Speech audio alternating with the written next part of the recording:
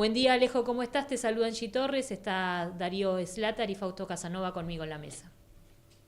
¿Qué tal, chicos? Buen día, ¿cómo están? ¿Todo bien? Buen día, buen día. Todo bien acá. Bueno, interesados en escuchar también tus impresiones, ¿no? De lo que dejó este discurso, decíamos nosotros, de Javier Milei, más que anuncio, no sé cómo lo ves vos desde el lado de tu profesión y bueno, y qué nos puede dejar, ¿no? Esto que acaba de suceder, que sucedió anoche. Sí, la verdad es que fue una situación bastante particular, como bien comentabas en la presentación, no tuvo el carácter de presentación del presupuesto porque de hecho no me voy a meter en la parte técnica porque no es mi materia, no soy economista, soy politólogo, pero creo que cualquiera de nosotros que lo haya visto se dio cuenta que no habló del presupuesto. Digo, se refirió a generalidades que tienen que ver con algunas metas económicas que se plantea el gobierno, pero en líneas generales podría resumirlo en que fue una puesta en escena del gobierno en el cual trató de reforzar algunas líneas duras y hablarle a un núcleo duro que el gobierno sigue pensando que es mayoritario, que si bien algo de razón tiene en eso, todavía tiene números relativamente aceptables, digamos, de acompañamiento. Creo que el gobierno trata de reforzar y seguir hablándole a un núcleo duro y sobre todo de seguir polarizando con la oposición. Creo que gran parte de lo que fue la puesta en escena de ayer se trató de seguir, digamos, atacando a lo que el gobierno o esta parte del gobierno entiende que es la casta y sobre todo el kirchnerismo, ¿no? Alejo, ¿cómo ves vos esto que mencionabas recién de este nivel de aceptación bueno, que tiene Javier Milei, si bien él fue votado, ¿no? Por la gran mayoría de los argentinos, que también, digamos, somos cambiantes, ¿no? Cuando las cosas no van sucediendo como por ahí esperamos o queremos, cambiamos de parecer rápidamente, podríamos decir, o cambiamos de parecer, y sin embargo Javier Milei, bueno, continúa con esta buena imagen, podría decirse, si bien bajó unos puntos, pero tiene buena imagen. ¿Cómo lo ves vos? ¿Cómo lo analizás? Es bastante particular el caso, es cierto, bueno, por eso lo mencionaba, ¿no? Tiene todavía niveles relativamente aceptables de aceptación, y eso justamente está fundamentado en que lo votó una mayoría, digamos, notable de las y los argentinos, por eso es hoy presidente, pero ya digamos, por ejemplo, ayer domingo circuló una encuesta nacional de la consultora Subán Córdoba, que mostraba que ya está empezando a cambiar era, me parece, el dato más relevante de esta encuesta, ¿no?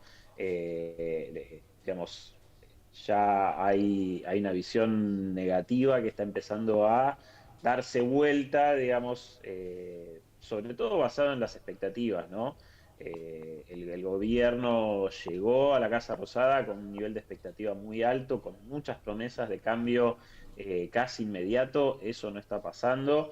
La crisis económica se sigue acentuando y todos esos cambios que el gobierno prometió hacer, sobre todo, por ejemplo, esto de que, y era una de sus principales premisas, ¿no? Que la crisis le iba a pagar la casta, bueno, claramente no se ve reflejado absolutamente nada y solamente con lo que pasó la semana pasada referido a los jubilados, bueno, eso ya te empieza a demostrar que hay una distancia, están notando una distancia grande entre esas expectativas que prometió el gobierno y la realidad, y eso, bueno, también empieza a mostrar sus límites. Ahora está empezando a mostrar esos límites concretos, promediando 9, 10 meses desde que se asumió.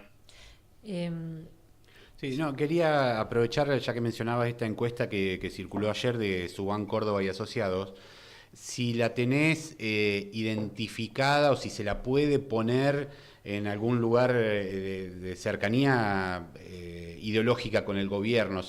¿Serían opositores? ¿Tiene cierta neutralidad que uno la puede leer con cierta independencia, digamos, esa encuesta? Porque me pareció muy casual cómo salió casi en simultáneo con la presentación de Milei. Es que, digamos, Subán Córdoba ellos han de alguna manera instalado lo que llaman domingo de datos, que cada 15, digamos, con una periodicidad, vamos a Ujú, decir. Creo que una vez por mes, más o menos, están sacando encuestas los domingos. Creo que justo coincidió, claro. y lo que están haciendo es justamente, digamos, no... eh, van variando en los temas, en la generalidad de los temas sobre los cuales hacen los relevamientos, Ujú, y lo hacen muy sobre lo que tiene que ver con el humor social o con temas que están pasando en agenda. Creo claro. que en eso estuvieron acertados, y se les Ujú, dio la verdad la casualidad de que saliera la encuesta ayer, justo cuando era claro. el domingo que el presidente decidió hacer, insisto, esta puesta en escena en el Congreso de la Nación, ante un Congreso realmente muy reducido. No sé si vieron las imágenes, creo Sí. que estaba menos de la mitad del recinto, algunas otras particularidades, como que, por ejemplo, los lugares reservados para la prensa acreditada no estaban a disposición de la prensa acreditada. Digo, y si hablamos del discurso en general, dificultades muy grandes como para poder leer de corrido, un discurso Ujú, también con un contenido bastante violento y de ataque, sobre todo a algunos legisladores que se encontraban en el recinto. Me parece que esos también son algunos hechos importantes a destacar sobre lo que, insisto, fue un hecho completamente performático el de ayer. Claro. Alejo, continuando con esto que decís, de que fue una puesta en escena, ¿se completó legislativamente el proceso o ahora vamos a ver luego que el ministro de Economía, quien generalmente da la presentación del presupuesto, haga verdaderamente la presentación del presupuesto o va a quedar solamente en este sentido, con un discurso que tocó poco lo que va a ser la oferta, lo que es el presupuesto para el 2025? Tiene que hacerlo. Digamos, el proyecto de presupuesto fue enviado ayer mismo a la noche, una vez que terminó esta actividad del presidente, digamos, pero el ministro de Economía le corresponde ir a hacer esta presentación del presupuesto. La verdad es que también esta gestión nos tiene acostumbrados a que se corren bastante de lo que son, digamos, algunas reglas institucionales, vamos a decirles, pero yo entiendo que el ministro de Economía va a ir a presentarlo.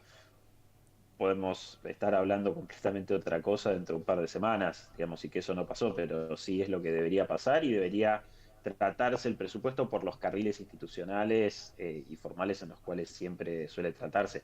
O sea, esto va a terminar yendo a claro. votación, se verá si se aprueba o no. También nos viene acostumbrando el gobierno a vetar lo que no, con lo que no está de acuerdo, y eso, bueno, también genera sus inconvenientes, que los estamos viendo con algunas otras leyes que ha vetado o que ha dicho que va a vetar el mismo presidente.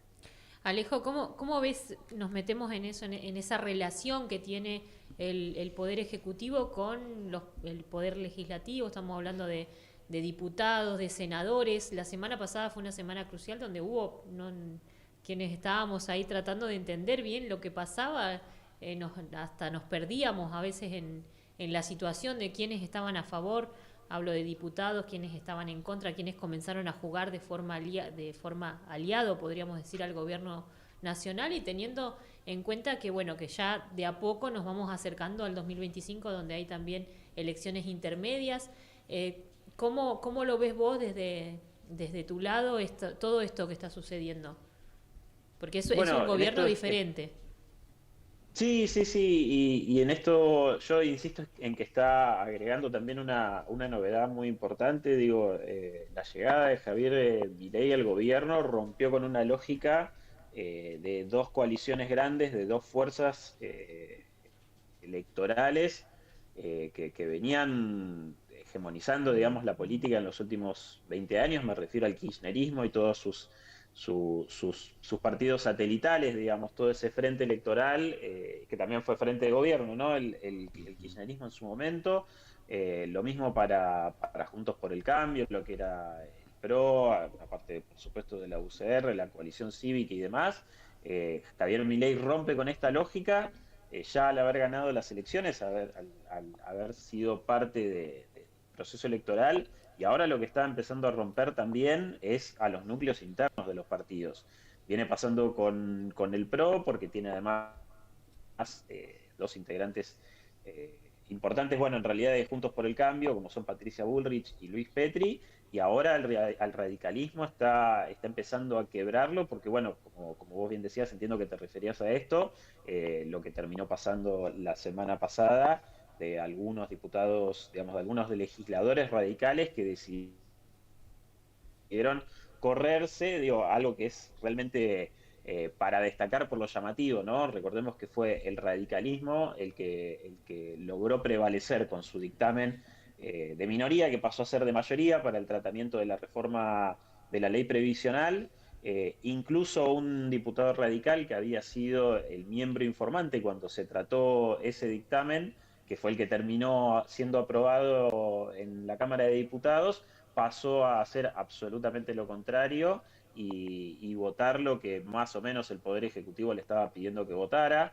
Eso, por supuesto, que generó un ruido muy grande en el radicalismo. No sabemos todavía qué va a pasar, si va a haber alguna sanción interna o alguna expulsión del partido, pero a lo que voy es que está logrando romper al interior de algunos partidos y empezando a contar con aliados que por supuesto no tenía, que antes podían llegar a ser muy volátiles. Bueno, ahora puede anotarse muchos de estos puntos de acá a los próximos meses y la verdad es que es completamente una incógnita lo que va a pasar el año que viene. Digo, nos estamos adelantando muchísimo, pero igual yo siempre empiezo a hacer mención ya en esta época de que hay que empezar a hablar de la Ujú. campaña electoral para las legislativas del año que viene, que van a ser muy importantes, sobre todo, y como suelen serlo, para los oficialismos.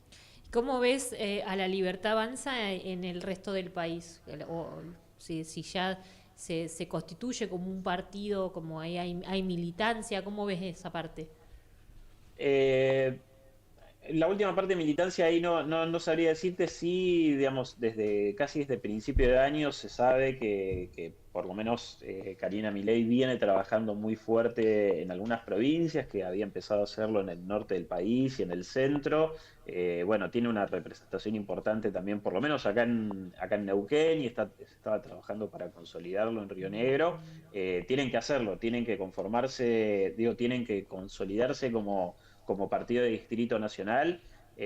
Uno entiende que van a tener, digamos, que están trabajando, pasa que es algo que no ocupa por ahí el centro del debate, ¿no? Tiene que ver con las negociaciones que se hacen en cada distrito, pero uno entiende que si va a llegar a presentarse en la gran mayoría de las provincias, como partido de distrito nacional, es lo que correspondería, digamos, ¿no? Para las elecciones que vienen. Eh, bueno, ahí queda todavía, pero sí, yo creo que va a crecer mucho para el 2025. Alejo, bueno, antes de terminar tenemos una consulta de los oyentes. Nos dicen acá, en vez de debilitarlo, esto lo que está es fortaleciendo en cuanto a las alianzas políticas, teniendo en cuenta, bueno, lo que hablábamos hace un ratito, ¿no? De lo que está pasando tanto en diputados como en senadores con Javier Milei, con el Ejecutivo.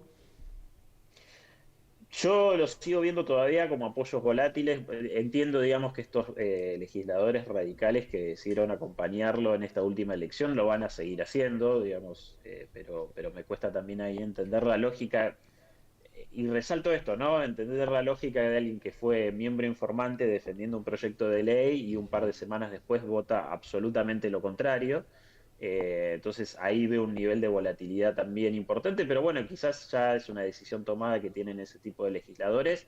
Recordemos que la Libertad Avanza es minoría en ambas cámaras, con lo cual en realidad está en una postura sí, de debilidad en ese sentido, pero bueno, viene sumando voluntades y viene teniendo la verdad que una colaboración muy importante de los otros partidos, que me cuesta hoy por hoy llamarlo opositores.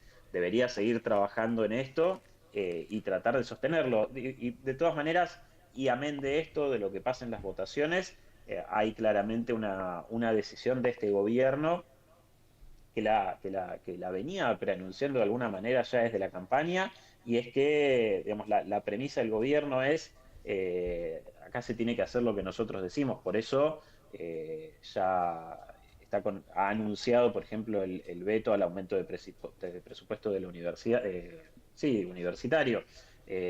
Me cuesta también tratar de desmenuzar de alguna u otra manera esa lógica que tiene el presidente, que lo único que entiende de la política es que se hace lo que ellos piensan que se tiene que hacer. Bueno, hay que ver cómo va a seguir, digamos, qué va a seguir pasando en el Congreso y también cómo va a responder la sociedad ante esto, que me parece que es lo más importante y es donde se le van a empezar a poner los verdaderos límites a este gobierno. Claro. Normalmente estamos acostumbrados a un país que es presidencialista, o los gobiernos argentinos son presidencialistas, pero este extremo de se hace solo lo que el presidente dice, ¿qué tan riesgoso es para un sistema democrático? Es muy riesgoso, es muy riesgoso. Es hasta ahora el único que viene usando la herramienta esta de insistir con el veto presidencial. Digo, sería tema de otra charla mucho más extensa, Claro, pero pensemos qué hubiese pasado, por ejemplo, si el kirchnerismo hubiese decidido vetar la 125, hubiese sido un escándalo del cual claro, seguiríamos hablando. Este gobierno piensa que el veto, que si bien es una herramienta, que está, por supuesto que está contemplada y es una de las potestades, bueno, también tiene algunos límites usar el veto, pero tiene que ver también con este no entendimiento que tiene sobre todo esta mesa chica que rodea y que de alguna manera contiene a Javier Milei de lo que, bueno, es un entendimiento muy particular de lo que tiene que ver con las instituciones y con el sistema democrático, que yo creo que está muy alejada de lo que es o de lo que claro, debería ser, en claro. todo caso. Porque corremos el riesgo, estamos muy finitos de pensar, bueno, el Congreso está solo para aprobar lo que me conviene.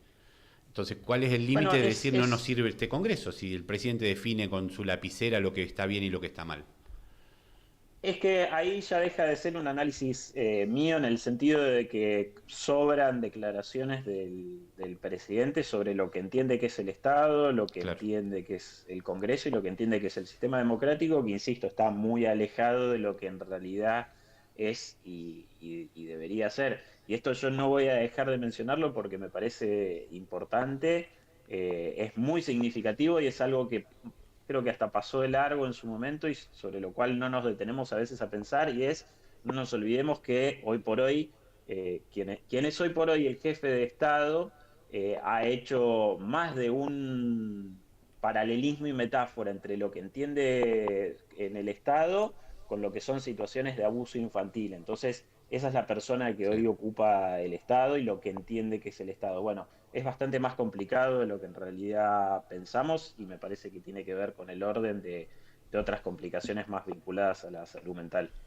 Muy bien, Ujú. Alejo. Bueno, muy claro todo el análisis. Sin duda tenemos muchísimo para hablar. Me imagino vos, como politólogo, también debes ser un apasionado, ¿no?, de estas cuestiones y todos los días también se te presentan cosas nuevas para ir analizando con lo que está sucediendo. Así que quedaremos en contacto y bueno, volveremos nuevamente a llamarte, convocarte si así te parece. Por supuesto, a disposición para hablar cuando necesiten. Bueno, muchas gracias. Hasta luego. A ustedes, hasta luego.